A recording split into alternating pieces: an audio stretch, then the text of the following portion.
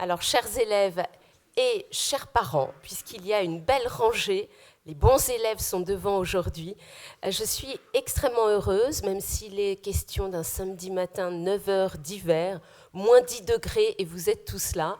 Alors, chers parents, volontairement, chers élèves, un peu obligatoirement, néanmoins, nous avons une grande chance ce matin, et c'est un grand honneur d'accueillir le docteur Perrucchio, qui est chef de service en soins palliatifs et, à la demande de Madame Lamblin, donc professeure de littérature dans 2 classes de première, eh bien, Madame Perrucchio nous fait vraiment le grand honneur de venir témoigner aussi de ce qu'est le soin palliatif, avec en effet une épreuve qui est celle de la définition, puisque je suppose que vous, chers élèves, vous êtes un peu éloignés de ce que supposent les soins palliatifs, de ce que, au fond, des personnes dévouées font dans leur quotidien, dans la qualité qui est celle de souhaiter améliorer la vie des personnes malades en prévenant, en soulageant des souffrances physiques. Alors évidemment, dans la question, et je vais aller rejoindre le titre de la conférence, dans la question des soins palliatifs, la question de la fin de vie est abordée. Alors vous le savez sans nul doute, et j'espère que vous suivez aussi, j'espère que des élèves de première se sentent concernés, et c'est un peu cela qu'a voulu Madame Lamblin aussi avec cette intuition de faire venir le docteur Perrucchio. Eh bien, c'est un débat d'actualité. Je ne crois pas que nous allions jusqu'au débat d'actualité à proprement parler. Néanmoins, c'est un débat qui nous anime tous.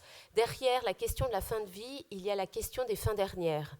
Et ça, c'est essentiel qu'à votre âge, que nous, adultes également, nous puissions nous poser la question de ce qui est inaltérable. Je pense à la dignité humaine, qui, pour nous chrétiens, est un sujet inviolable et inaliénable. Et évidemment, nous touchons du doigt également la vulnérabilité, la question de la fragilité humaine. Donc, vous voyez, c'est un sujet, au fond, très sérieux qui va être abordé aujourd'hui, avec bien sûr cette attention toute particulière qui doit être la vôtre. Moi, je ne peux qu'admirer les personnes qui, avec soin et compétence, prennent en compte véritablement, avec la plus grande douceur, les souffrances humaines pour qu'elles soient apaisées.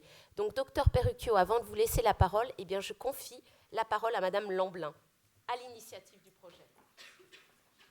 Merci beaucoup. Madame Lyonnais a tout dit. Je voulais juste ajouter la raison pour laquelle j'ai voulu que vous entendiez le docteur Perrucchio ce matin, c'est que j'ai constaté autour de moi, dans un milieu où théoriquement on est un peu averti, que justement la question ne se posait pas beaucoup, en particulier à votre âge, et que quand elle se posait, en fait, elle était vite expédiée. Finalement, pourquoi ? Enfin, la facilité prédominait, je trouve. Donc, j'avais envie que le docteur Perrucchio vous explique que tout cela n'était pas aussi facile qu'il y paraît. Voilà. Et que ça méritait d'y réfléchir un petit peu. Surtout dans une société où, bien sûr, on vous explique que la dignité n'est justement pas du côté des soins palliatifs, mais au contraire d'une mort rapide, sans cri, sans douleur. Voilà, c'est ça, mourir dignement. Ben non, c'est pas ça. Donc le docteur Perrucchio va vous expliquer pourquoi. Merci beaucoup.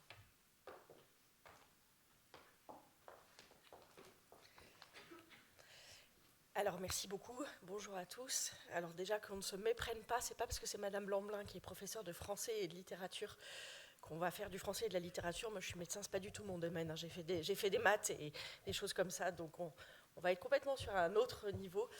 En tout cas, déjà, merci à tous d'être là un samedi matin. J'en entends certains se dire, pourquoi est-ce que je suis là un samedi matin, venir parler de la fin de vie, c'est franchement glauque, c'est un peu particulier. Donc vous allez voir, je vous assure, c'est pas glauque, croyez-moi.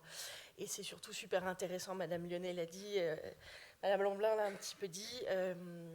Pourquoi est-ce qu'on parle de ça aujourd'hui ? C'est d'abord, et là on va rentrer dans le dur, on est tous concernés.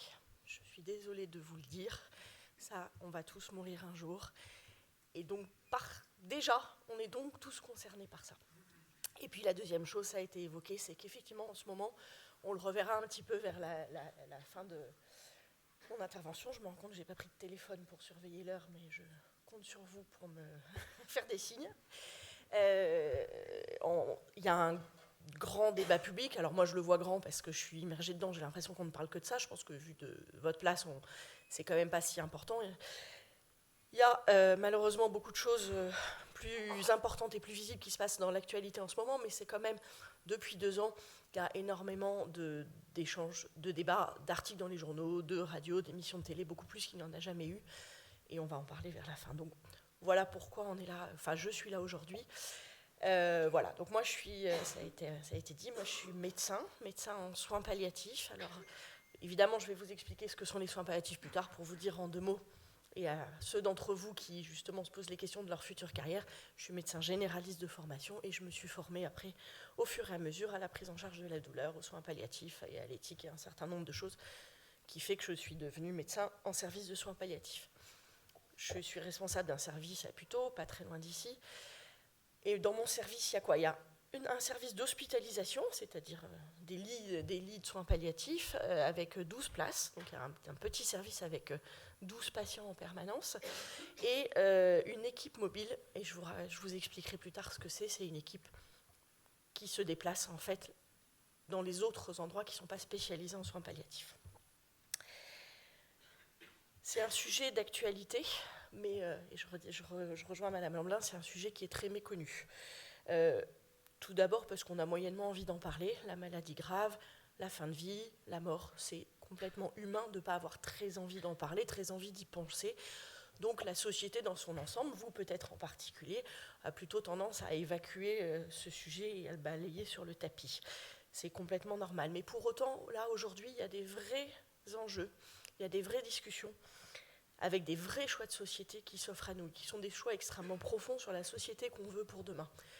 Moi, mon enjeu ici, c'est pas forcément de vous dire ce qui est bien ou ce qui est mal de penser, mais ce que j'aimerais, c'est qu'à la fin, vous ayez 1 ou 2 questions dans votre tête où vous disiez, c'est vrai, là, il y a ça ou ça à réfléchir. Et déjà, si on en est là, c'est qu'on a gagné.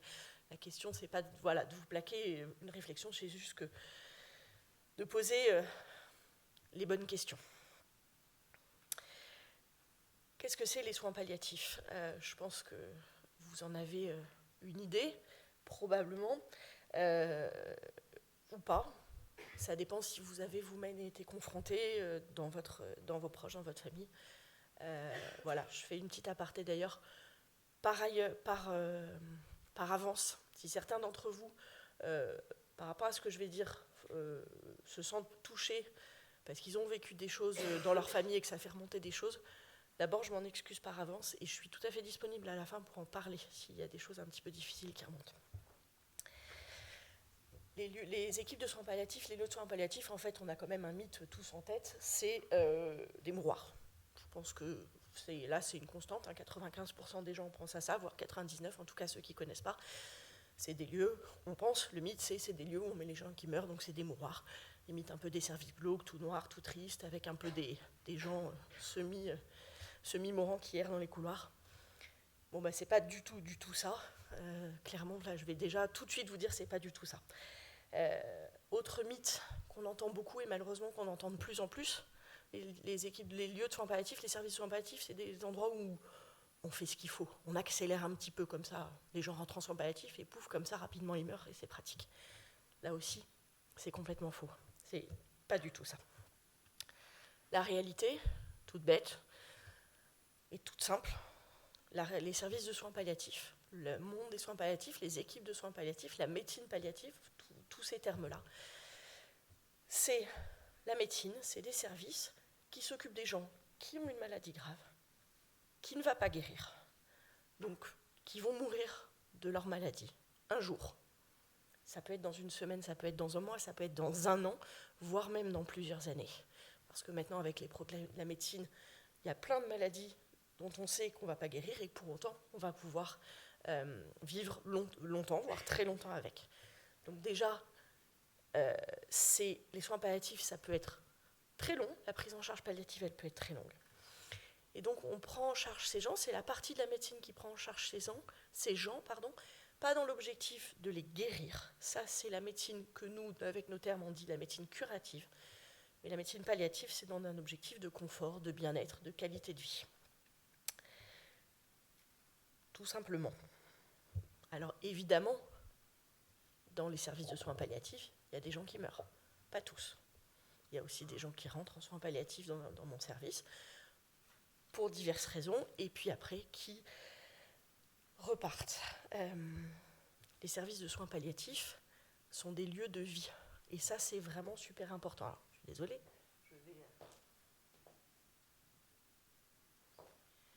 J'espère que ça rend bien. Ça, c'est une bande dessinée d'un infirmier de soins palliatifs. Il est infirmier dans l'Est de la France. Et il fait des bandes dessinées que, par ailleurs, je vous recommande très vivement. Il s'appelle L'Homme étoilé. Donc, si ça vous intéresse, elles sont très sympas. Et il décrit sa vie en soins palliatifs. Et alors là aussi, on s'attend à un truc un peu triste et tout. C'est hyper sympa, hyper gai. Et en fait, cette bande dessinée, c'est l'histoire d'un... Donc lui, il se représente à gauche, c'est le type avec une queue de cheval là, sur la tête. Et il est avec un ami. Et l'ami lui dit toi, tu travailles en soins palliatifs. Alors l'ami fait une tête un peu, l'ami imaginant un truc un peu lourd, un peu triste, un peu glauque et tout. Exactement, ce que tout le monde imagine. Et lui, en fait, ce qu'il imagine en même temps quand on évoque ce service, c'est à côté, c'est la fête, la danse. En plus, ce type-là, il est authentiquement rocker. Il fait de la musique et je crois qu'il fait beaucoup de musique avec ses patients. Donc voilà, c'est la représentation que les gens de la société a. Et puis là, sa représentation à lui. Et je trouve que ça veut tout dire. Je reviens au plus théorique. Les soins palliatifs, c'est vraiment au sein de la médecine aujourd'hui.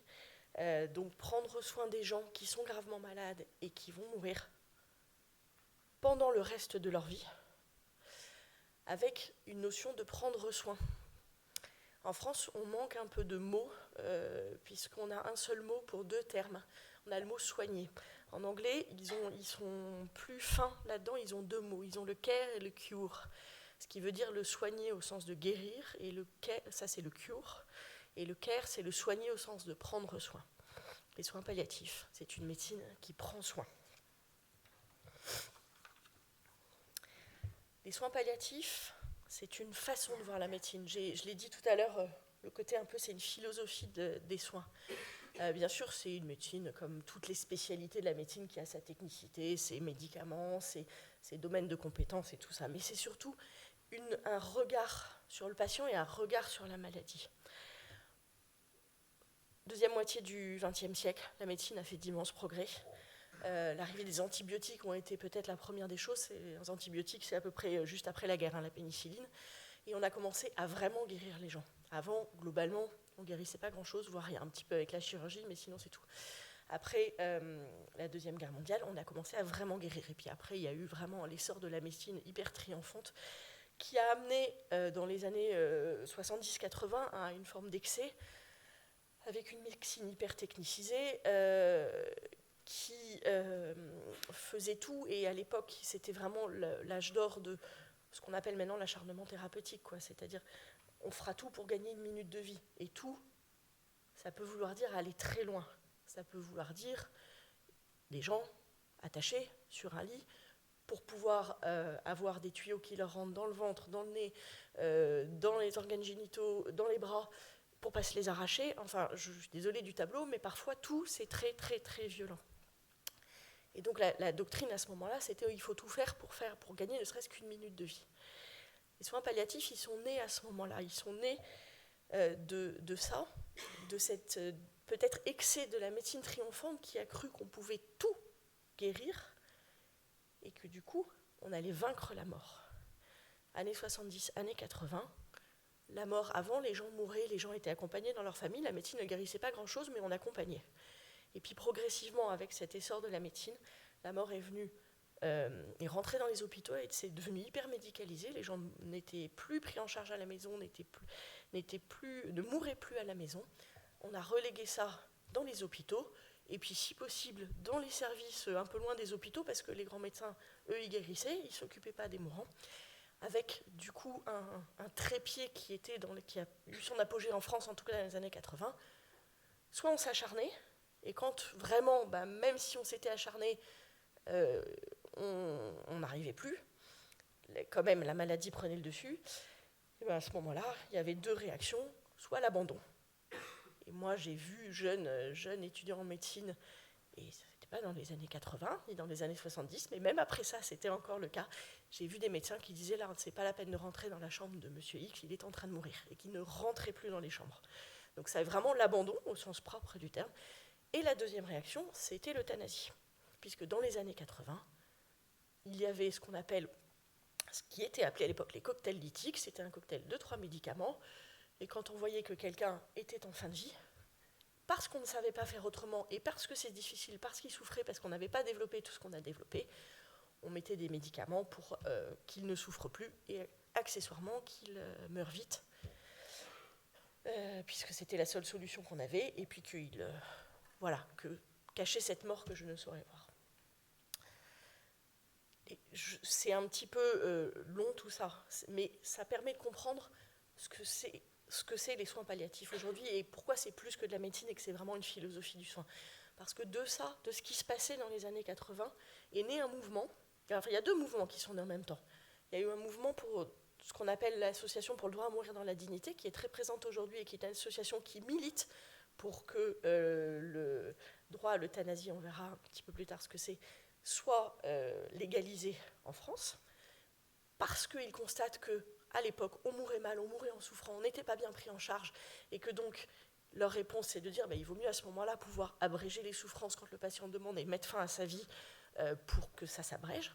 Et il y a un autre mouvement qui est né, qui est le mouvement des soins palliatifs, et qui a dit mais on est une société civilisée avec une médecine très technicisée, on doit pouvoir faire autrement que s'acharner ou euthanasier ou abandonner. Et les soins palliatifs, c'est le non-abandon, le non-acharnement et la non-euthanasie.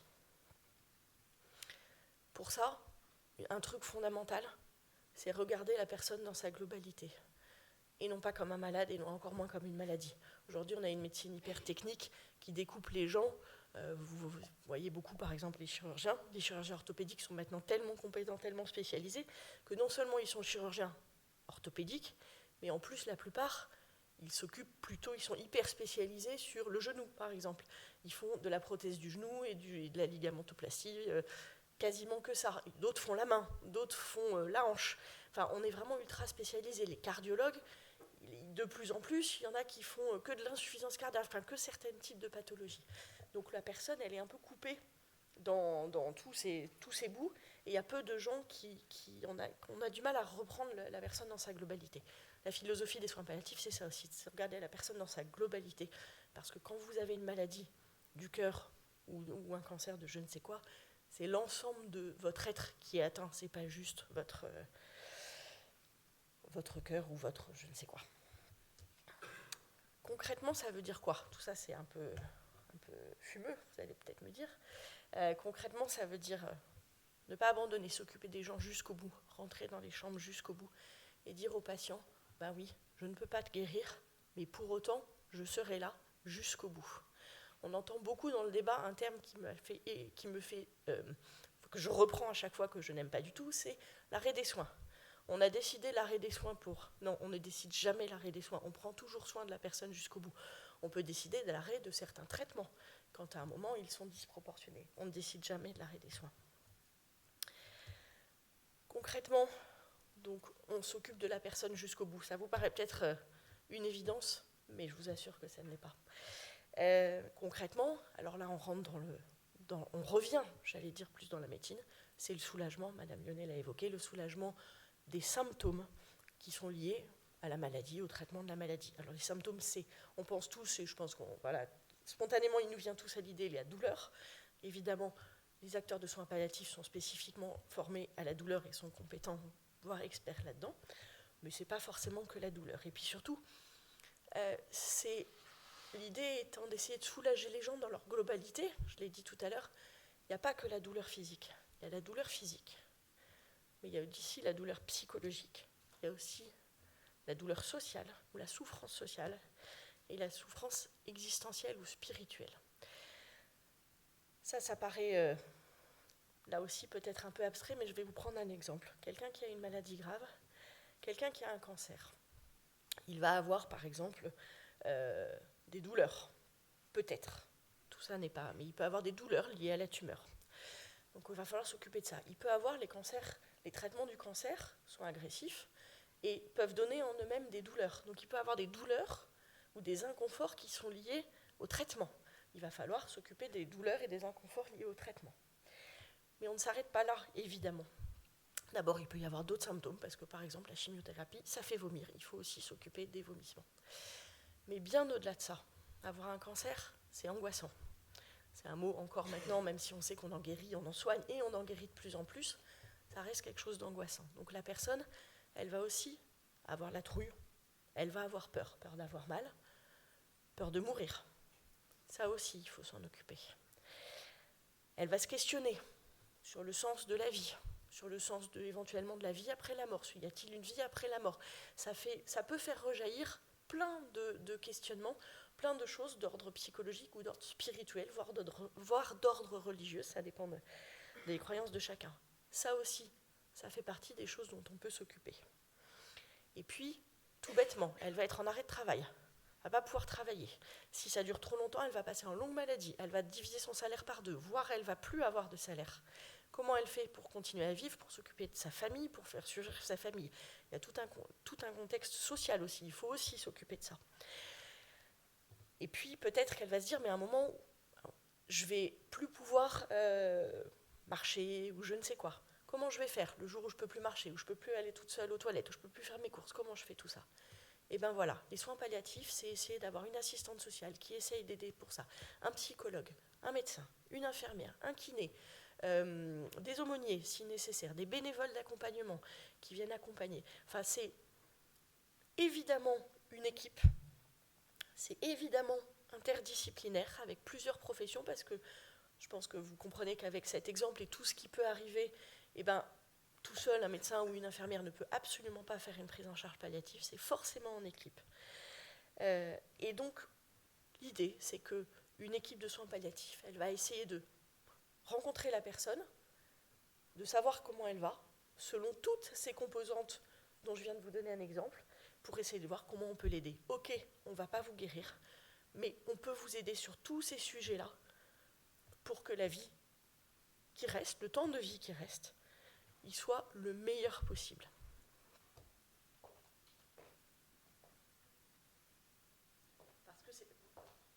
Parce que globalement, c'est ça. Les soins palliatifs, on en revient au début, on pense tous à la mort et à des mouroirs. La mort, c'est 1 seconde. Donc la mort, c'est un non-phénomène, presque. En revanche, certes, on va tous mourir un jour, mais tous les autres jours, on va vivre avant. Les soins palliatifs, c'est la vie, c'est une histoire de vie. Soutenir la vie à l'approche de la mort, parce que la vie, c'est pas tout à fait pareil quand même. Je vous ai dit, on sait tous qu'on va mourir, c'est vrai, mais l'autre partie, la moitié, un quart de notre cerveau sait qu'il va mourir, théoriquement, les 3/4 de notre cerveau, heureusement, l'oublie, parce qu'on ne peut pas vivre avec ça tous les jours, et si je mourais dans 2 secondes d'un accident, ben non, en fait, heureusement, on l'oublie. Voilà, j'ai passé un peu de temps sur la philosophie, parce que ça me paraissait important. Je vais passer plus vite. Concrètement, et de manière très réaliste, en France, c'est quoi les soins palliatifs ? Alors, je vous ai dit, c'est des services de soins palliatifs, c'est des lieux hospitaliers. Vous avez peut-être déjà été hospitalisé parce que vous êtes cassé quelque chose, j'en sais rien. C'est un service d'un hôpital, on va dire presque comme les autres, sauf qu'il n'accueille que des patients qui sont en phase palliative, donc atteints d'une maladie grave, évolutive, qu'on ne pourra pas guérir, mais pour lesquels on peut faire plein de choses. Mais les soins palliatifs, ce n'est pas que les services de soins palliatifs. Ça doit pouvoir se déployer aussi, soit les gens qui sont à l'hôpital, mais dans d'autres services, soit les personnes âgées, par exemple, qui sont dans les maisons de retraite, dans les EHPAD. Ça doit pouvoir se déployer aussi à domicile. Et pour ça, il y a d'abord, bien sûr, tous les soignants dans les autres services, à domicile, le médecin traitant, puis quand on a besoin d'un peu plus de soins, une infirmière libérale ou quoi que ce soit. Dans les maisons de retraite, c'est pareil, tous ces soignants-là, ils peuvent accompagner les gens, ils savent faire des choses en soins palliatifs et accompagner les gens. Quand c'est un peu plus compliqué, parce qu'ils savent, mais ils ne sont pas spécialistes de ça, et donc quand il y a des situations un peu plus compliquées, ils vont faire appel à une équipe de soins palliatifs, et au lieu que le patient vienne dans un service, c'est l'équipe qui va se déplacer au domicile ou dans l'EHPAD ou dans le service, et on appelle ça une équipe mobile de soins palliatifs.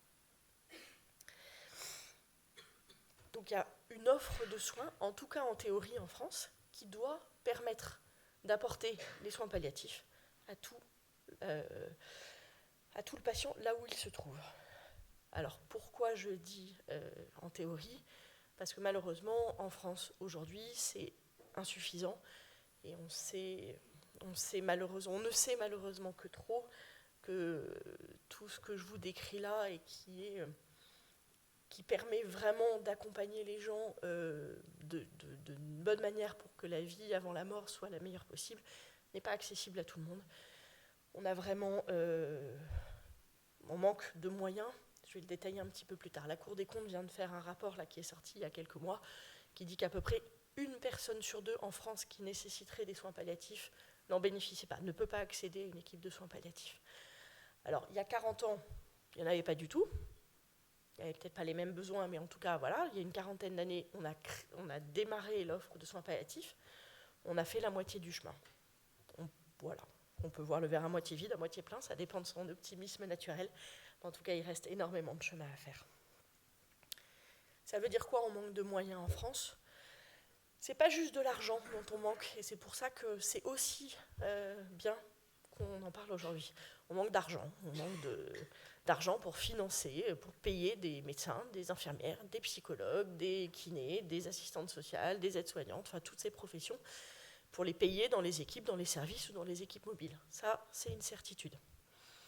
Mais on ne demande pas que de moyens, on manque aussi beaucoup de formation. Je vais passer vite là-dessus, ça ne vous concerne pas tellement, mais juste pour vous donner une idée, les études de médecine en moyenne, ça dure 10 ans. Il y a une étude qui a été faite, il semblerait qu'un médecin, ça dépend des facs, donc c'est une moyenne, mais qu'un médecin en 10 ans soit formé entre 7 et 10 heures.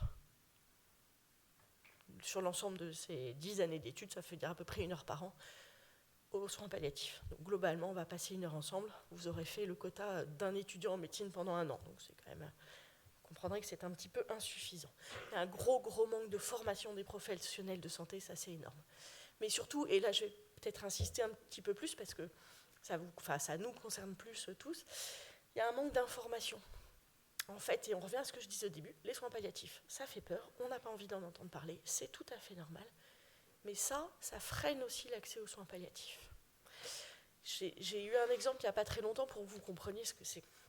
Il n'y a pas très longtemps, il se trouve que dans ma famille, on m'a adressé via un biais qui n'était pas un biais professionnel, c'était quelqu'un de ma famille qui m'a dit « Est-ce que je peux demander à mon ami, j'ai une amie dont le mari est très malade, est-ce que je peux lui dire de t'appeler ?»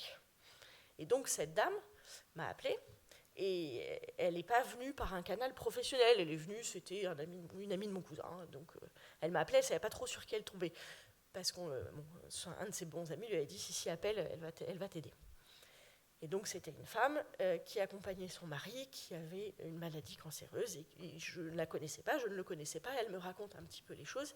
Son mari était à la maison, et je comprends dans la conversation qu'il a été manifestement très fatigué, qu'il était vraiment tout au bout probablement de sa vie, et je crois comprendre qu'il lui reste quelques jours, quelques semaines, on ne peut jamais dire, mais c'était vraiment la fin. Et elle avait plein de questions, cette dame, elle avait peur qu'il souffre, elle se posait des questions sur est-ce qu'il est bien à la maison, est-ce qu'il faut qu'il aille à l'hôpital, et comment je fais, Et c'est normal, c'est vachement angoissant d'avoir quelqu'un comme ça, et elle voulait faire le mieux pour son mari. De fil en aiguille, je vous passe sa conversation, je lui dis « Vous savez, je me demande si votre mari, il ne faudrait pas qu'il rencontre une équipe de soins palliatifs. » Et là, je ne la vois pas parce qu'on était au téléphone, mais je l'entends se reculer, se raidir un peu, et me dire « Non, je crois que ça n'est pas encore le moment. » Alors je lui dis, mais ça veut dire quoi pour vous ? Je comprends qu'elle a une représentation un peu particulière. Je lui dis, ça veut dire quoi ? Pourquoi vous, une équipe de soins palliatifs ? Qu'est-ce que vous imaginez qu'elle va faire ? Et là, elle me dit, c'est quand on accélère en fait la mort.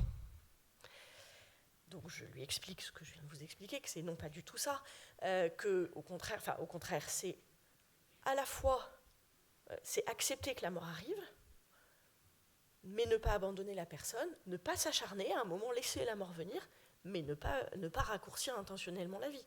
Et donc, je lui explique tout ça, et au fur et à mesure de la conversation, elle me dit « Ah ouais, donc je crois que ça serait bien qu'il voie une équipe de soins palliatifs. » En 10 minutes au téléphone, je lui ai fait comprendre que c'est ça qu'il fallait pour son mari. Elle l'a non seulement compris, mais elle l'a intégré. Le problème, c'est qu'il est mort 3 jours après, il n'a pas eu le temps de voir une équipe de soins palliatifs. C'était trop tard. Et moi, ça me rend très triste, parce que je me dis que cette dame, si quelqu'un avait pu lui dire, dans son parcours, son mari, il était suivi depuis des années, si quelqu'un avait pu lui dire, et lui expliquer vraiment ce qu'étaient les soins palliatifs, que ça faisait mourir personne, les soins palliatifs, rencontrer une équipe de soins palliatifs, ça n'a jamais fait mourir personne, je pense qu'elle aurait pu, et lui et elle, être accompagnés. Lui peut-être mieux soulagé de ses douleurs, mieux soulagé de ses symptômes, peut-être qu'on aurait pu entendre ses inquiétudes, enfin voilà, plein de choses, mais elle aussi, parce que ce que je ne vous ai pas dit tout à l'heure, je l'ai oublié, et c'est super important, c'est que les soins palliatifs, ça s'adresse aussi à la famille, parce que quand on est malade, c'est évidemment tous les proches, enfin la famille, les proches, c'est tout l'entourage qui est impacté. C'est le patient d'abord, mais c'est évidemment tout l'entourage. Et je me dis, c'est vraiment trop bête. Donc quand je dis qu'il y a un manque d'information, c'est ça. C'est aussi que parce que c'est des sujets difficiles, parce que personne n'a envie d'en parler spontanément, ou pas grand monde, les gens un peu bizarres comme nous, mais les gens normaux n'ont pas trop envie d'en parler, et bien du coup, on n'est pas informé, et donc ça freine l'accès aux soins palliatifs. Et là, on a vraiment un énorme effort à faire, et je pense que le gouvernement a un énorme effort à faire. Et puis en ce moment, et ça je passe vite dessus, mais je crois que ça aussi, vous avez quand même difficilement pu y échapper, il y a une énorme crise dans le monde soignant actuellement depuis quelques années, et il y a un manque criant de soignants, quel qu'il soit, et donc forcément ça n'aide pas. Quand il n'y a plus de médecins nulle part, en soins palliatifs c'est pareil, il en manque. C'est bon, vous suivez encore à peu près? Parce que là on attaque la partie la plus... On va attaquer un peu le débat actuel. Tu quoi? J'ai lu. Ok, ça va. Aujourd'hui, alors je serais curieuse si vous avez un peu d'énergie dans le bras, que vous leviez la main, ceux qui ont entendu parler un peu de tout ça dans le débat actuel, pour me rendre compte si c'est quelque chose que vous en avez entendu parler ou pas trop. Ouais, quand même. Donc vous avez un peu... ok, merci. Voilà.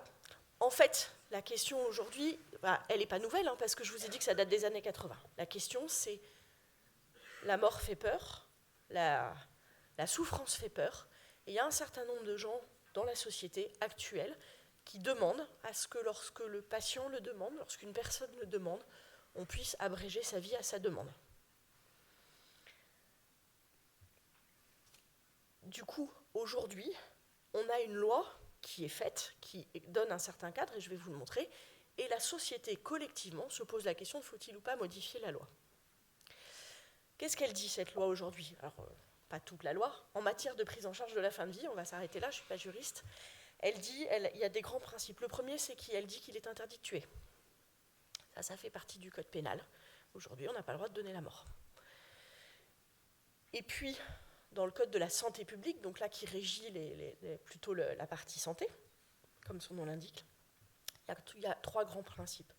Le premier, et c'est très fort, ces grands principes sont très forts. La loi dit, vous êtes obligé de soulager.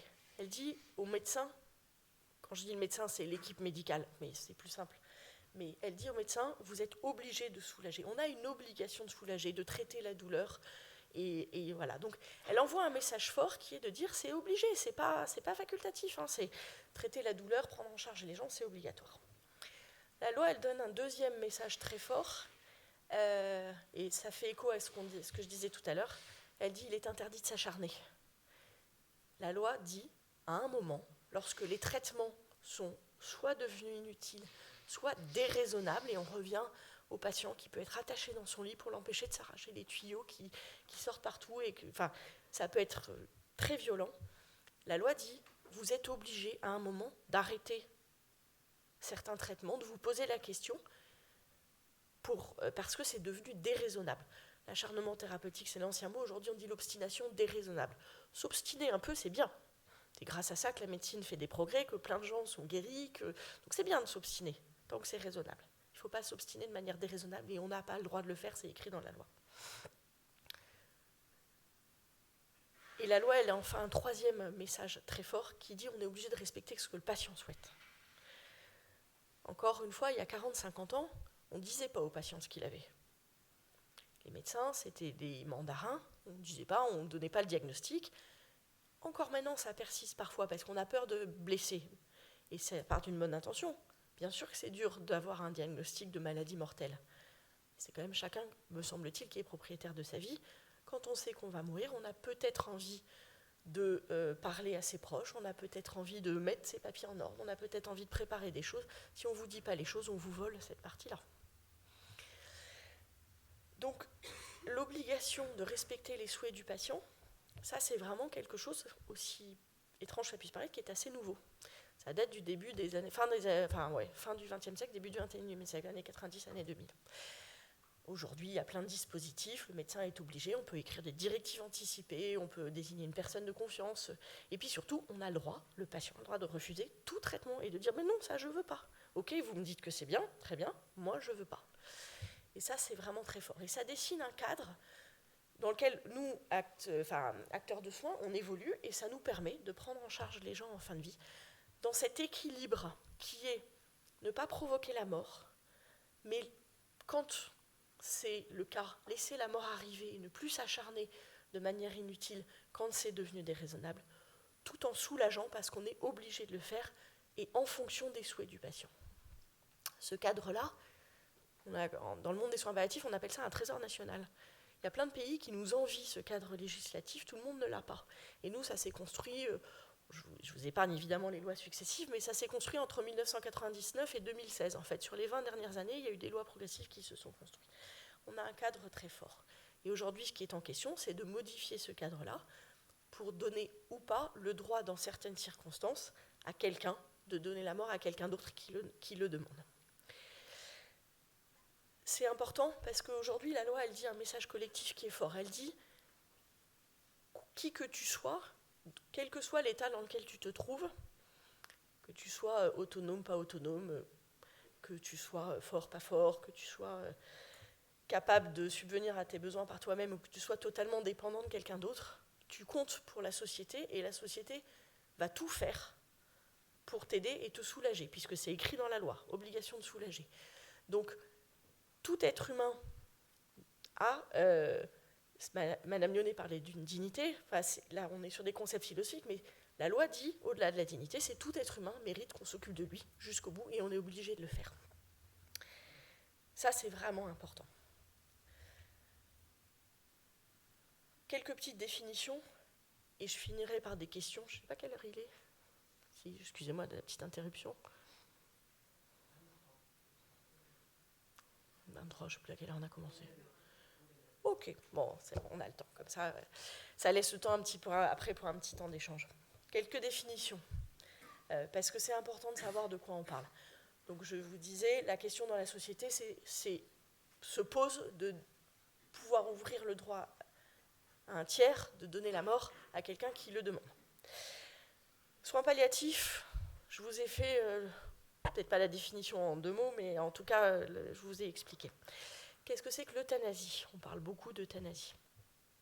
L'euthanasie, en tout cas telle qu'elle est communément, la définition qui est communément admise, parce qu'il y a plusieurs définitions, c'est le fait de donner la mort à quelqu'un qui la demande,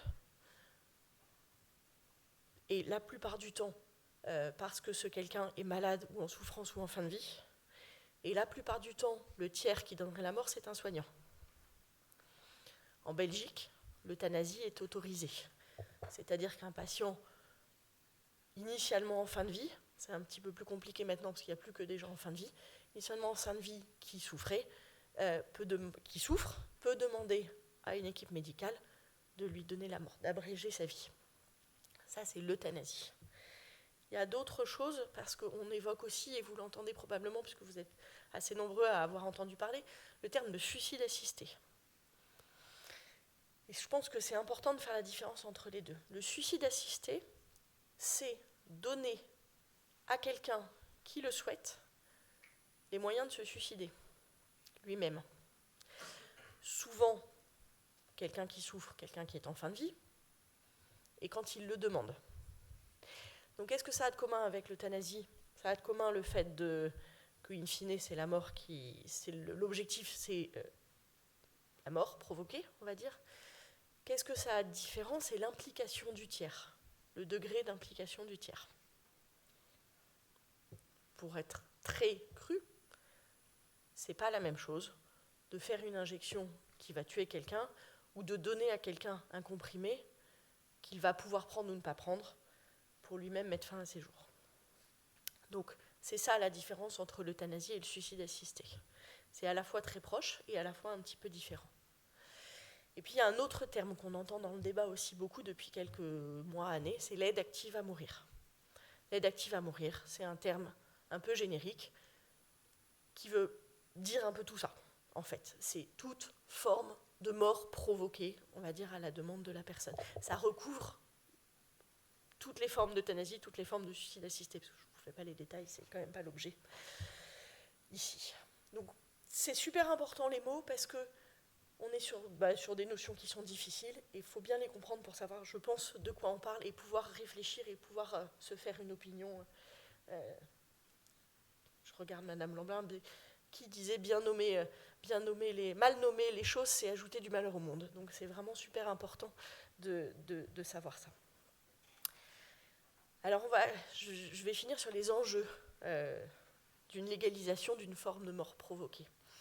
On peut imaginer, et c'est d'ailleurs pour ça que la question se pose dans la société, confronté à la peur de mourir, confronté, malheureusement, un patient sur deux qui relève de soins palliatifs ne peut pas en bénéficier, donc confronté à des situations très difficiles, avec des histoires où on peut tous en avoir, de proches où ça ne s'est pas bien passé, qui n'ont pas été bien accompagnés, qui n'ont pas été soulagés, qui avaient des douleurs et des choses très difficiles à vivre, au-delà de la tragédie et de la tristesse de perdre quelqu'un, quand en plus ça se passe mal, c'est très difficile.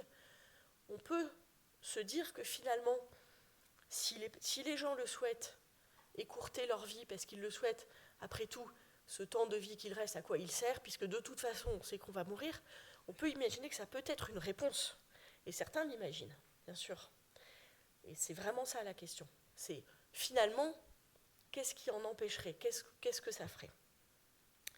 La mort provoquée, légaliser la mort provoquée, ça peut paraître une réponse simple à un problème compliqué, qui est le problème de la peur de la mort. Comment limiter, voire supprimer la souffrance en fin de vie, si la personne le souhaite ? Si on supprime la personne, on supprime la souffrance. Implacable. En revanche, ça pose quand même pas mal d'autres questions. On parle beaucoup dans ces débats d'autonomie, l'autonomie de la personne et de la liberté de la personne. Je vous ai dit, un des trucs fondamentaux dans la loi, c'est de respecter les souhaits de la personne. Donc c'est quelque chose de très fort, et c'est un principe éthique, c'est un principe qui est traduit dans la législation, qui est très fort dans notre pays, respecter l'autonomie des gens. Certes. Et donc vous entendez beaucoup, mais après tout, ça n'engage que moi. Si je demande à être euthanasié, ça n'engage que moi. Pourquoi ? Qu'est-ce que ça change ? Qu'est-ce que ça peut faire ? Pourquoi est-ce que c'est un débat de société ? C'est un petit peu biaisé de voir ça que sous l'angle de l'autonomie. Puisque l'autonomie, ça voudrait dire je suis tout seul dans cette histoire. Or, la mort provoquée, la personne n'est pas toute seule puisqu'elle demande à un tiers de l'aider. Elle demande à quelqu'un d'autre de l'aider. Donc il n'est plus question d'autonomie puisqu'il y a quelqu'un d'autre tout seul. Donc là, quid de l'autonomie de la personne en face ? Donc déjà, on voit que c'est un peu plus compliqué, parce que ça ne peut pas être que je suis libre et ça n'engage que moi. Non, ça n'engage pas que moi, ça engage la personne qui est en face de vous, à qui vous demandez de vous donner la mort. Accessoirement, ça engage le tiers, puis ça engage la société dans son ensemble. Puisque là, la question n'est pas de demander la mort à un tiers dans une relation d'humain à humain, dans une situation immensément difficile, qui fait qu'on peut toucher les limites de ce qui est habituellement considéré comme, on va dire, la ligne rouge. Mais il s'agit de demander à la société de légaliser et de formaliser cette aide qu'on pourrait donner à certains. Donc il y a la personne qui est impactée, évidemment, en premier, mais il y a le tiers qui va faire le geste, et puis il y a aussi la société dans son ensemble. Donc, l'argument de l'autonomie et de la liberté n'est pas suffisant, ne tient pas. Accessoirement, et là je ne vais faire que poser des questions. Est-ce qu'on peut vraiment être autonome, déjà dans la vie en général ? L'homme est un animal grégaire, on vit en société. Peut-être que parfois on aimerait bien vivre seul sur une île déserte, mais en fait ça n'est pas le cas. On est interdépendants les uns des autres, et ça c'est comme ça. Quand on est enfant, quand on est âgé, mais en fait même quand on est adulte et autonome, on vit avec les autres. Donc, est-ce qu'on peut vraiment être autonome dans la vie ? C'est déjà une question. Est-ce qu'on peut être autonome en fin de vie ? quand on est malade, quand on n'est plus dépendant des autres, quand on a mal, quand on est mal soulagé, parce qu'une personne sur 2 qui relève de soins palliatifs n'y a pas accès, est-ce qu'on peut vraiment prendre une décision libre et éclairée? Pas sûr que ce soit si simple. Accessoire. Deuxième, ça c'était la question de l'autonomie qui, moi, me questionne beaucoup. Deuxième question, l'ambivalence. D'expérience, moi ça fait donc, ça va faire presque 20 ans maintenant que j'accompagne des patients en fin de vie, des patients j'en ai vu passer beaucoup. En fait, ils sont comme nous. Ils sont nous, en fait. C'est-à-dire qu'on sait tous qu'on va mourir, oui, on y pense une fois l'an, puis tout le reste du temps, heureusement, on oublie qu'on va mourir. Un patient de fin de vie, il est pareil. Il est ambivalent. Il sait qu'il est malade quand on lui a dit les choses. Il sait qu'il est malade, il sait que sa maladie ne va pas pouvoir être guérie. Il sait qu'il va en mourir un jour.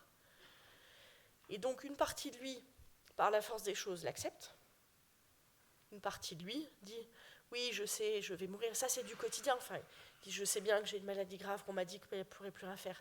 Mais je viens d'acheter une maison et l'été prochain, je refais la toiture. » Dans la même phrase. Alors qu'il vient de dire la phrase d'avant, qu'il savait qu'il allait mourir dans les jours qui viennent. Et en fait, cette espèce d'ambivalence, c'est consubstantiel, je pense, à l'esprit humain et à l'âme humaine. C'est une manière de survivre, en fait, face à ce genre de situation difficile. Et ça se retrouve y compris dans les souhaits de mort. Un patient qui nous dit « j'en peux plus, je veux que ça s'arrête, il faudrait que ça s'arrête et faites quelque chose », 2 heures après, il va nous dire « demain, c'est l'anniversaire de ma petite fille, et quand même, j'espère que je serai en forme demain parce qu'elle vient, et puis en plus, ça fait longtemps que je ne l'ai pas vue, et je ne sais quoi. » Donc dans le même moment, dans la même journée, dans la même semaine, il y a des moments de désespoir, avec l'idée qu'il faudrait que la mort s'arrête, il faudrait que la vie s'arrête, pardon, et puis il y a des moments de vie intense, et l'homme est fait comme ça. Pourquoi je vous dis ça? Parce que je pense que c'est vraiment important de ne pas... Là, vous allez peut-être être un peu heurté par ça, de ne pas prendre au pied de la lettre ce que disent certains patients parfois en fin de vie. Dernière bande dessinée. Les patients, quand souvent ils appellent à l'aide et disent « je n'en peux plus, il faut que ça s'arrête », c'est comme le schtroumpf là. Alors je vous laisse le dire, je ne vous fais pas le truc, je pense que vous arrivez à lire. Oui. Non. Ah. Alors, première vignette, plus loin, donc grand schtroumpf, la tempête de neige, ça vous voyez. Deuxième schtroumpf qui dit « j'en peux plus, j'abandonne ». Vous voyez, il ralentit, il s'arrête et tout. Et puis en bas à gauche, c'est « courage, schtroumpf-toi, schtroumpf-toi sur moi, je vais t'aider. Non, laisse-moi mourir, je n'en peux plus, vas-y sans moi. » C'est exactement ce que nous disent les patients. C'est trop dur, je n'en peux plus. Laissez-moi mourir, faites-moi mourir, je n'en peux plus. Et avant-dernière vignette, le premier schtroumpf qui dit oh, « ah bon, ok », et il s'en va.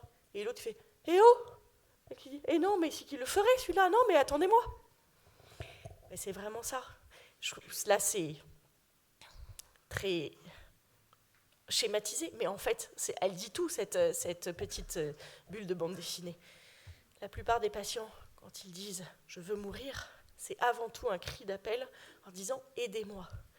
Et il est important que le message de la société puisse continuer à être « mais oui, parce que tu es important pour la société, je vais t'aider jusqu'au bout ». Alors, j'ai encore d'autres questions. Je passe un peu des questions à l'autre et vous voyez bien qu'il n'y a pas toujours les réponses, même si j'en donne un peu des pistes. Peut-on supprimer toute souffrance ? Pourquoi dans notre société occidentale, la souffrance en fin de vie est devenue tellement insupportable qu'il faudrait en arriver à supprimer le souffrant, alors qu'il n'y a pas qu'en fin de vie qu'on peut souffrir. On peut souffrir dans la vie, on peut avoir des moments difficiles, physiques ou psychiques, ou sociaux. Malheureusement, je pense qu'on le voit tous autour de nous. Qu'est-ce qui fait qu'en fin de vie, ça mériterait qu'on supprime le souffrant et pas ailleurs ? Je me pose la question. Accessoirement, et là je vais peut-être toucher des cordes plus sensibles à votre âge particulièrement, comment on fait pour d'un côté légaliser une forme de mort provoquée avec des gens qui nous disent « aidez-moi à me suicider » ou « aidez-moi » ou « tuez-moi parce que je n'en peux plus », Et comment on fait pour continuer à empêcher les gens qui veulent se suicider par ailleurs de se suicider? On a en France une loi qui dit, avec des politiques de prévention du suicide, pour empêcher les gens de se suicider, y compris contre leur volonté. Quand on fait une tentative de suicide, on est réanimé contre sa volonté. On peut même être hospitalisé sans son consentement en service de psychiatrie pour nous empêcher de nous faire du mal à nous-mêmes.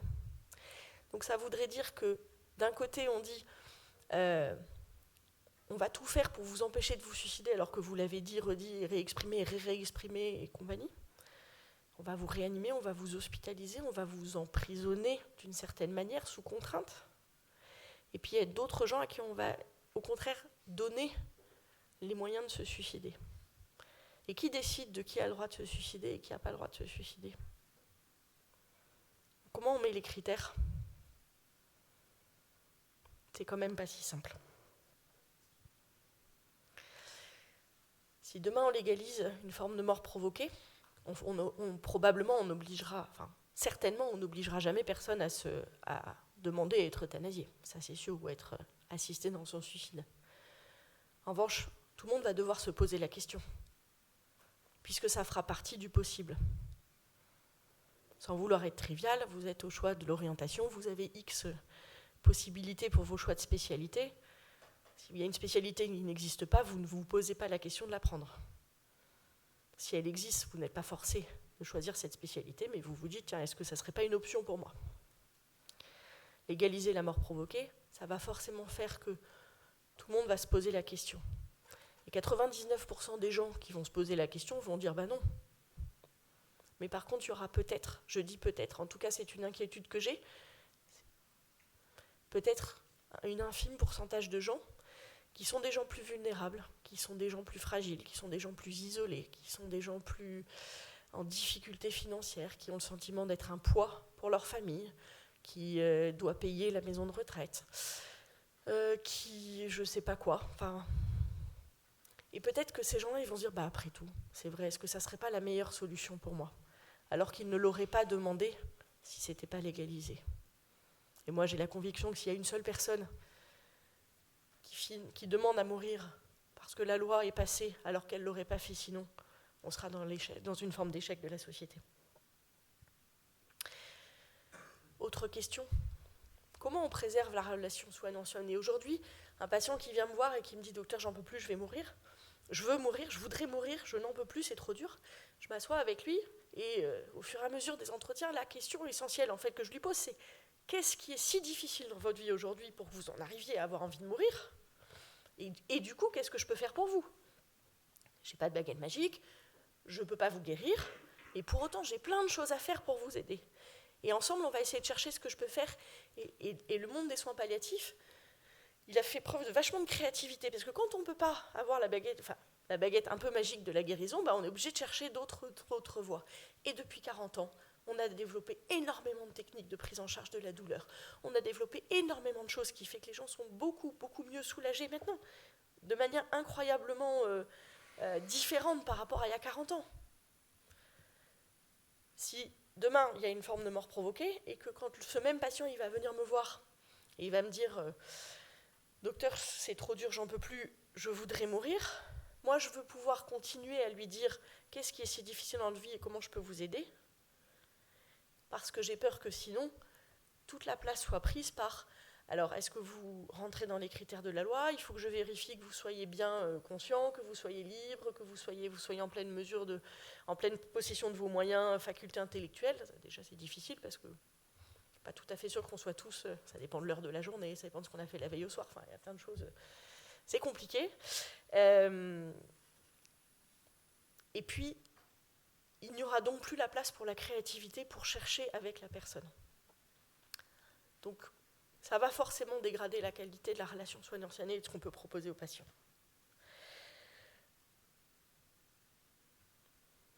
Voilà, j'allais dire, une fois que j'ai posé toutes ces questions-là, je ne sais pas comment finir. Tout ça, c'est des questions, vous avez compris dans ce que je dis, évidemment que je ne me cache pas d'inquiétude. Et qu'il y a vraiment, ce qui est sûr, c'est qu'il y a vraiment quelque chose à réfléchir à l'aune des enjeux La légalisation de la mort provoquée n'est pas une réponse simple à un problème compliqué, problème que, alors vous allez aborder la philo l'année prochaine, moi j'en ai pas fait beaucoup, mais tous les grands penseurs et les grands philosophes depuis l'Antiquité se posent la question de l'homme face à la mort. La mort provoquée peut être considérée comme une réponse à certaines difficultés, mais en tout cas ne sera jamais une réponse à la peur de la mort et à la peur de la souffrance qui est particulièrement prégnante dans nos sociétés occidentales. Donc voilà. Et du coup,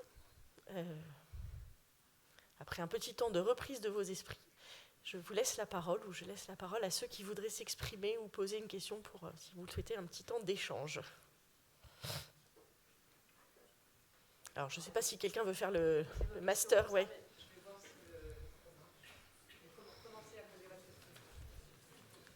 Par contre, juste, je demande aux autres de se taire, parce que comme il n'y a pas de micro dans la salle, qu'on puisse, parce que moi on m'entend, mais... Ah ben voilà.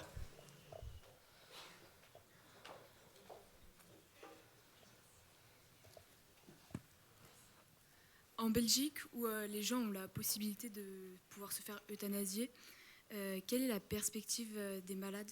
Est-ce qu'ils demandent l'euthanasie parce qu'ils sentent qu'ils sont un poids pour leur famille, ou plutôt parce que, en raison de leur souffrance? En Belgique, j'ai pas tous les chiffres en tête, et puis c'est assez peu étudié malheureusement ces causes-là. Mais je crois que ça a été étudié, je voudrais pas vous dire de bêtises, dans l'Oregon, parce que donc il y a la Belgique, puis il y a différents pays dans le monde qui ont légalisé une forme ou une autre de mort provoquée. Je crois que c'est en Oregon ou au Canada, pardonnez mon imprécision, mais en tout cas c'est dans l'un ou dans l'autre, où il y a une étude qui a été faite qui montre que je crois 2/3 ou 3/4 des gens qui demandent une assistance au suicide ou une euthanasie le font pour des raisons effectivement de poids sur la famille. Donc cette question de se sentir être un poids, elle est absolument fondamentale. J'ai évidemment été super vite, parce que je peux parler en fait beaucoup plus longtemps là-dessus, donc j'ai l'impression d'avoir oublié plein de choses. Le regard qu'on porte sur les gens change beaucoup. Et pour ça, je vais vous faire rapidement, parce que je vois qu'il y a une autre question. Mais il y a 200 ans, dans notre société en France, en gros, les personnes âgées, les personnes malades étaient accompagnées à la maison. Tout le monde gardait, pardonnez-moi le terme, tout le monde gardait ses vieux chez soi. Et ça posait aucun problème à tout le monde. Mais en revanche, à cette époque-là, on mettait les enfants en nourrice. Parce que les enfants, c'était pénible. Et ça ne valait pas le coup. Donc, les bébés, on les mettait en nourrice et on les récupérait quand ils étaient devenus un peu plus intéressants. Mais par contre, les vieux, on les gardait, il n'y avait pas de sujet. Aujourd'hui, c'est le contraire. Il viendrait à l'idée de personne de mettre son bébé en nourrice. Il est dépendant pour autant. Même plus qu'une personne âgée, hein. Vous verrez. Il faut être motivé pour avoir un enfant. Il faut se lever tout le temps la nuit et tout. Il est super dépendant. Et personne ne se pose la question de le mettre en nourrice maintenant. Mais par contre, effectivement, on a une société, et je ne juge pas du tout. Mes parents ne sont pas dans la salle normalement. Je ne sais pas du tout si je pourrais m'occuper de mes parents plus tard. C'est pas du tout un jugement. Mais notre société a évolué et le regard qui est sur les personnes âgées et les personnes en fin de vie a changé. Donc, la question du regard qu'on porte sur les gens, elle est fondamentale et elle peut changer.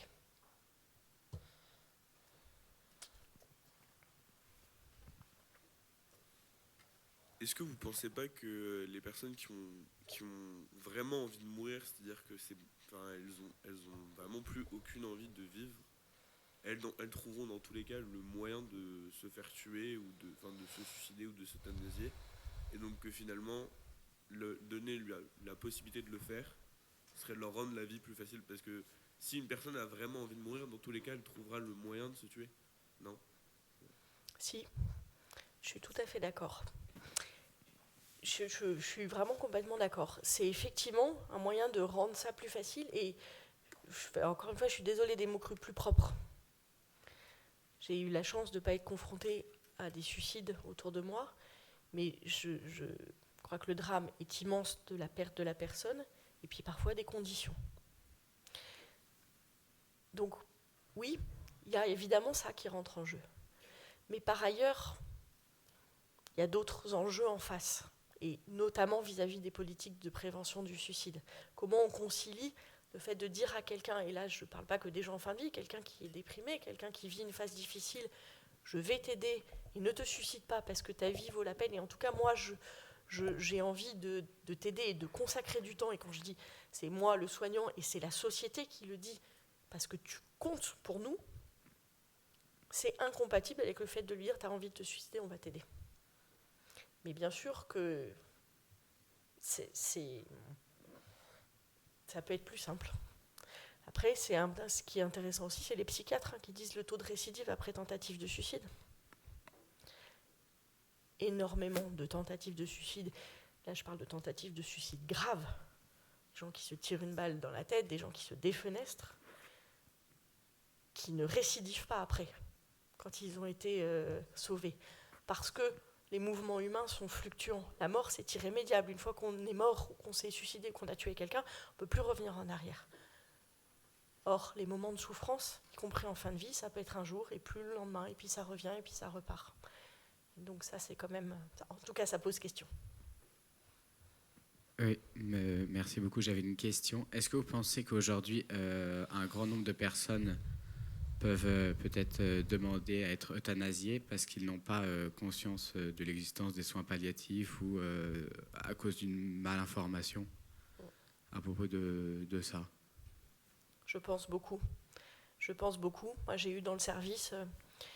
il a quitté notre service il y a 2 jours, donc voilà, c'est tout récent, un monsieur qui est atteint d'une maladie de Charcot. La maladie de Charcot, si vous avez un peu suivi les débats, c'est une maladie dont on entend beaucoup parler, qui est une maladie qu'on met en avant comme étant la maladie qui justifierait le fait qu'on légalise la mort provoquée. Ce monsieur, il est arrivé chez nous, il habite dans un EHPAD, une maison de retraite en fait. Il est jeune, il a 65 ans, mais en fait... Pour ce type de patient, il n'y a pas de structure intermédiaire et donc il se retrouve à défaut dans une maison de retraite qui n'est pas du tout adaptée pour lui parce que c'est des gens beaucoup plus âgés qui ont des démences et c'est un autre type de personne. Il est arrivé chez nous parce qu'il demandait à être euthanasié. Et il le disait tout le temps, tous les jours, à tous les soignants de l'EHPAD, il disait il faut faire quelque chose et tout. Et ça mettait évidemment en grande difficulté les soignants qui, eux, au quotidien, essayaient de faire ce qu'ils pouvaient pour ce monsieur, qui leur renvoyait en face mais je veux mourir, je veux mourir, je veux mourir. Donc ils l'ont adressé dans un service de soins palliatifs. Ce monsieur, il est arrivé chez nous.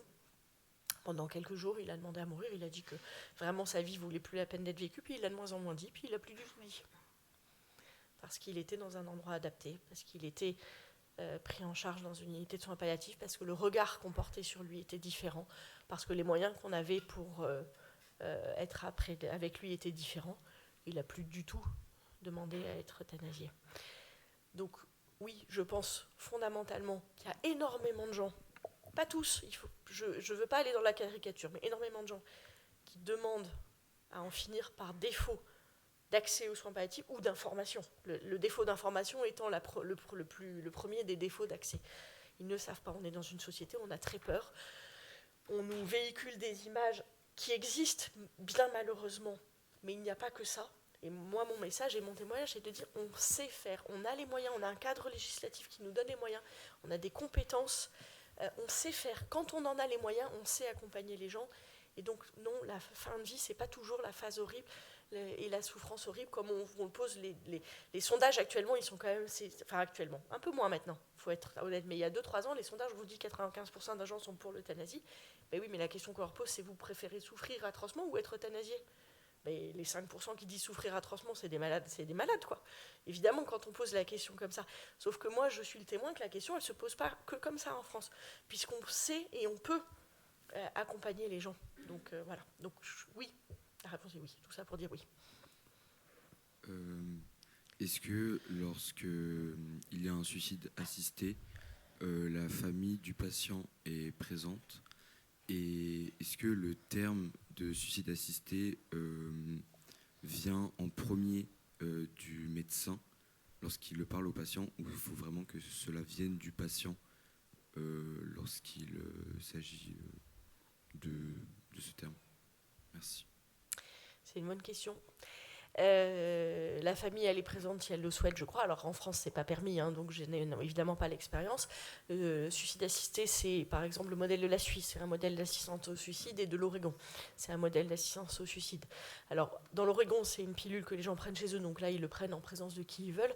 En Suisse, ça se fait souvent dans le lieu de l'association, et je crois que oui, la famille peut être présente ou les proches peuvent être présents. Je crois que c'est au choix de chacun. La deuxième partie de la question, c'est une très bonne question et c'est fondamental. Dans certains pays, et ça dépend du choix du législateur. Il y a des endroits où on fait une forme de promotion de la mort provoquée. C'est-à-dire qu'on dit, voilà, vous pouvez... Et c'est le cas, par exemple, au Canada, avec y compris des scandales. Au Canada, il y a eu récemment un scandale avec des vétérans, des anciens combattants de je ne sais plus quelle guerre qui a été pris en charge dans les hôpitaux et à qui on a proposé l'euthanasie comme solution. Et ça a fait scandale parce qu'ils disent, attendez, nous, on s'est battu pour notre pays et là, maintenant, tout ce qu'on nous propose, c'est l'euthanasie. Donc là, c'est effectivement, le médecin peut proposer. Et puis, il y a des pays dans lesquels, au contraire, c'est interdit aux soignants, quel qu'il soit, d'en parler en premier. C'est-à-dire que si le patient le demande, parce que par ailleurs il sait ce à quoi il peut prétendre, il le demande, et évidemment ça peut s'enclencher et se faire, mais c'est interdit. Et il semblerait que dans les pays où on puisse en parler avant, le taux de mort provoquée monte beaucoup plus vite que dans les pays où c'est le patient qui doit le demander en premier. Est-ce qu'il y a beaucoup de centres de soins palliatifs en France ou pas? Je ne vois pas du tout, c'est très bien. Ah, merci, ok. Ouais. Est-ce qu'il y a beaucoup de centres de soins palliatifs en France? Actuellement, alors il y a des équipes mobiles de soins palliatifs. Il y en a à peu près partout et encore. Il y a normalement un maillage qui couvre tout le territoire, mais qui est d'abord un maillage à grosse maille, beaucoup trop grosse pour qu'il soit vraiment efficace. Les poissons passent entre les mailles du filet. Et puis, il y a quand même des trous dans ce filet. Donc ça, c'est pour les équipes mobiles. Il y a dans les services de soins palliatifs, donc les services qui font que ça, 20 départements en France qui n'en ont pas, 20, 21, ça dépend des moments, pardon. Donc il y a encore beaucoup d'endroits où il n'y en a pas du tout de services de soins palliatifs. Et puis il y a aujourd'hui un problème majeur qui, avant même de parler d'équipes spécialisées de soins palliatifs, il y a l'absence d'équipes tout court de soins.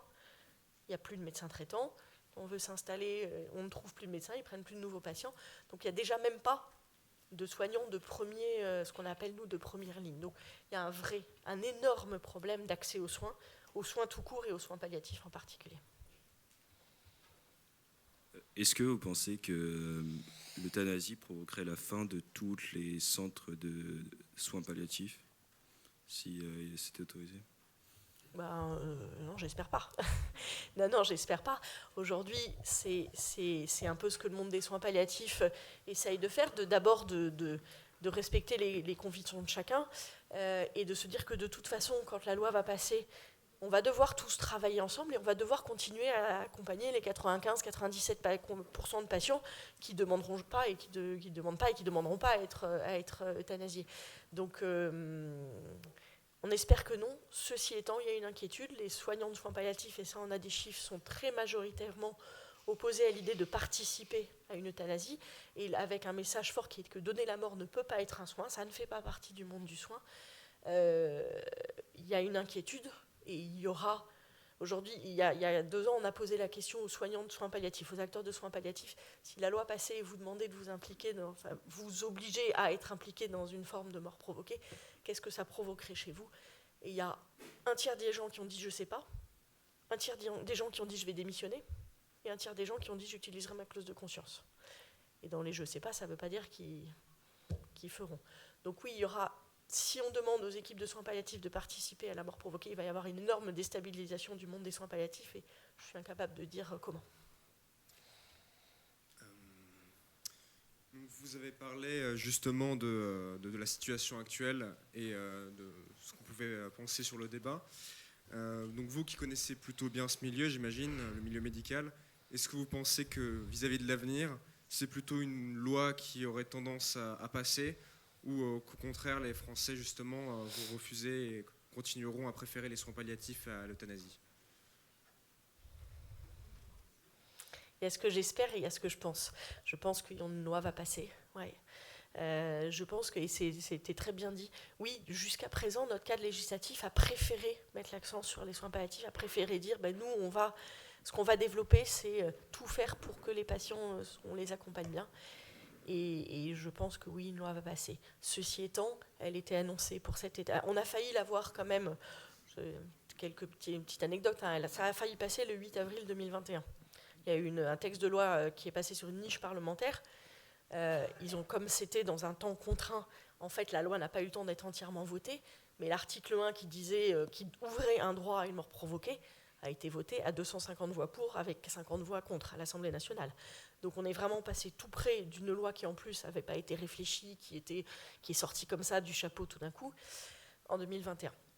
Depuis, on nous a annoncé une loi pour cet été, il y a eu plein de débats, voilà, je n'ai pas tout repris là, c'est impossible, mais on nous a annoncé une loi pour l'été, puis pour septembre, puis pour décembre, et puis là on ne sait plus trop pour quand. Il semblerait quand même que tous les débats qui ont été portés sur la place publique ont un tout petit peu fait prendre conscience à la classe politique, à notre président, parce qu'actuellement c'est sur le bureau de Macron, et les arbitrages sont sur son bureau, que c'était plus compliqué qu'il n'y paraissait au début. Donc je pense qu'on va avoir une loi. Je pense quand même que les débats qui ont eu lieu ont fait émerger des questions, ont fait émerger quand même, et ça c'est positif, dans le moins positif. Que pensez-vous de la grande croissance et l'évolution des antidouleurs dans le monde entier ? Alors, je crois qu'il faut aussi, si ça ne vous embête pas, de lui laisser le micro. Qu'est-ce que vous voulez dire par ça ? Par exemple, aux États-Unis, il y a eu il y a quelques années. Le scandale des opiacés. Ok. Alors les États-Unis, c'est un pays qui est très différent de la France, avec une culture très différente. C'est le pays de la démesure. Oui, il y a eu un vrai scandale sur les opiacés aux États-Unis. Mais parce qu'aux États-Unis, on vous donnait des opiacés quand vous étiez fait une entorse, qu'on ne fait pas en France, et parce qu'il y a eu un lobby des laboratoires pharmaceutiques assez fort, et surtout pas du tout contrôlé. Donc je pense qu'on est un peu préservé en France de ce qui s'est passé aux États-Unis, même si on ne l'est évidemment pas complètement, il faut qu'on fasse très attention. Néanmoins, je pense que c'est très bien qu'on ait développé les antidouleurs, et je suis témoin qu'on peut tout à fait... en prendre, voire beaucoup, voire à très grosse dose, et on peut arrêter d'en prendre si on n'a plus besoin, et quand c'est bien encadré, quand c'est bien suivi, ça pose pas de problème. Et si par exemple c'est un enfant qui est en fin de vie, est-ce que déjà il peut recevoir l'euthanasie, et est-ce que c'est ses parents qui doivent prendre la décision à sa place ? Actuellement, Emmanuel Macron a fixé comme ligne rouge aujourd'hui que si on avait une loi, ça ne concernerait pas les enfants. Donc pour l'instant, ce n'est pas en débat en France. En revanche, ça l'est dans d'autres pays. En fait, dans tous les pays qui ont légalisé la mort provoquée, au départ, les critères étaient fixés, étaient assez restrictifs. Et puis plus ça va, plus les critères changent et s'élargissent. Parce qu'il est difficile de dire, quand vous souffrez terriblement, à 18 ans et 2 jours, vous avez le droit d'être euthanasié, mais à 18 ans et 2 jours, moins 2 jours, vous n'avez pas le droit. C'est compliqué. Donc il y a effectivement des pays dans lesquels l'euthanasie des mineurs est autorisée, notamment en Belgique, je crois. Je pense qu'au Canada, non, je crois que ça ne l'est pas encore au Canada. Et je ne saurais dire là l'implication exacte des parents. Non, je ne sais pas exactement, parce que je pense qu'ils sont évidemment consultés et quoi que ce soit, mais en fait, quand en Belgique, l'euthanasie des mineurs, on parle des grands mineurs, des mineurs genre...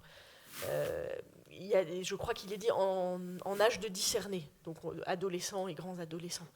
Je ne crois pas qu'il y ait ouvert le droit des mineurs, un enfant de 6-7 ans, à l'euthanasie, qui serait à ce moment-là peut-être où l'implication des parents serait plus importante. Aujourd'hui, en tout cas. Quels sont concrètement les soins et les traitements qui sont procurés dans les soins palliatifs ? Alors très concrètement, évidemment un gros des morceaux c'est le traitement de la douleur. Alors comprimé, injection, piqûre, perfusion, injection intratécale, c'est-à-dire un peu comme une péridurale quand on accouche, anesthésie locale, on peut tout faire, on peut pas tout faire, mais on peut faire beaucoup de choses. Autres médicaments, il y a tout ce qui est médicamenteux pour les autres symptômes, et je ne vais pas faire la liste évidemment là. Dans les services, on a évidemment une psychologue qui est là, qui vient rencontrer les patients et leurs familles si elles le souhaitent régulièrement pour un soutien psychologique. il y a l'attention de tous les instants, il y a des soins au corps très importants. La maladie met beaucoup le corps à mal. Et donc, on a des soignants qui passent beaucoup de temps à prendre soin du corps de nos patients. La toilette est toujours très longue, c'est toujours un bon moment. Et ça ne paraît pas forcément un soin, mais quelqu'un qui, je ne sais pas si vous avez déjà vu dans votre entourage, quelqu'un qui a passé 3 semaines à l'hôpital, il revient, ça fait 3 semaines qu'il ne s'est pas lavé les cheveux, enfin, c'est l'enfer.